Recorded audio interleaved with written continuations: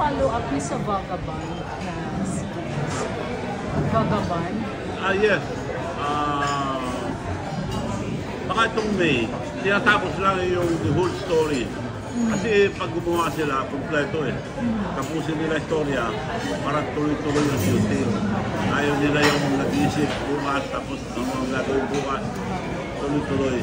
Pero siguro mag-isang buwan na ginagawa ngayon. Nakapag-umpisa na? Umpisa na gumawa ng storya.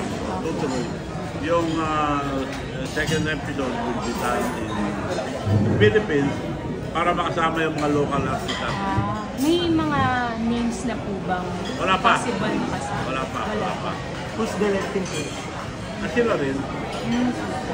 So kung isang episode lang ang i-include sa series, dito na i-shoot ng isang episode lang? Yes. So next episode na dito na. Saan po exactly? Location. Sa Ilocos po. Sa Ilocos muna, pero all over, bala kong sa lahat ng mga magagandang lugar, kagaya ginawa ko ng Miss Universe, para mapakilala ang mga magagandang lugar sa Pilipinas. Yung mga tourist attraction natin, karamihan doon. So, paano po na-work out yung project na yun? Kasi marami tayong mga company sa Korea. Marami akong kasosyo, mga kaibigan, like Lee Seung-gi, siya ang isang endorser lang dito, siyang bida doon sa Vagabond. Isa yun. Aside from others, marami tayong mga iba-ibang negosyo. Kaya nga doon po gagawin din yung mga electric vehicles for the drivers, for the modernization program ng gobyerno natin, mga jeepney. Sa Korea na rin po? Electric lahat. And I was able to convince sa mga sumama sa akin doon, 21 factories. Dahil hindi ko magagawa mag-isa, dahil millions yan eh, especially tricycle. Millions of tricycles, electric vehicles, electric jeepneys, millions. So, kailangan ko matulong. Ako ng Diyos, pumayag naman ng 21 manufacturers in Korea.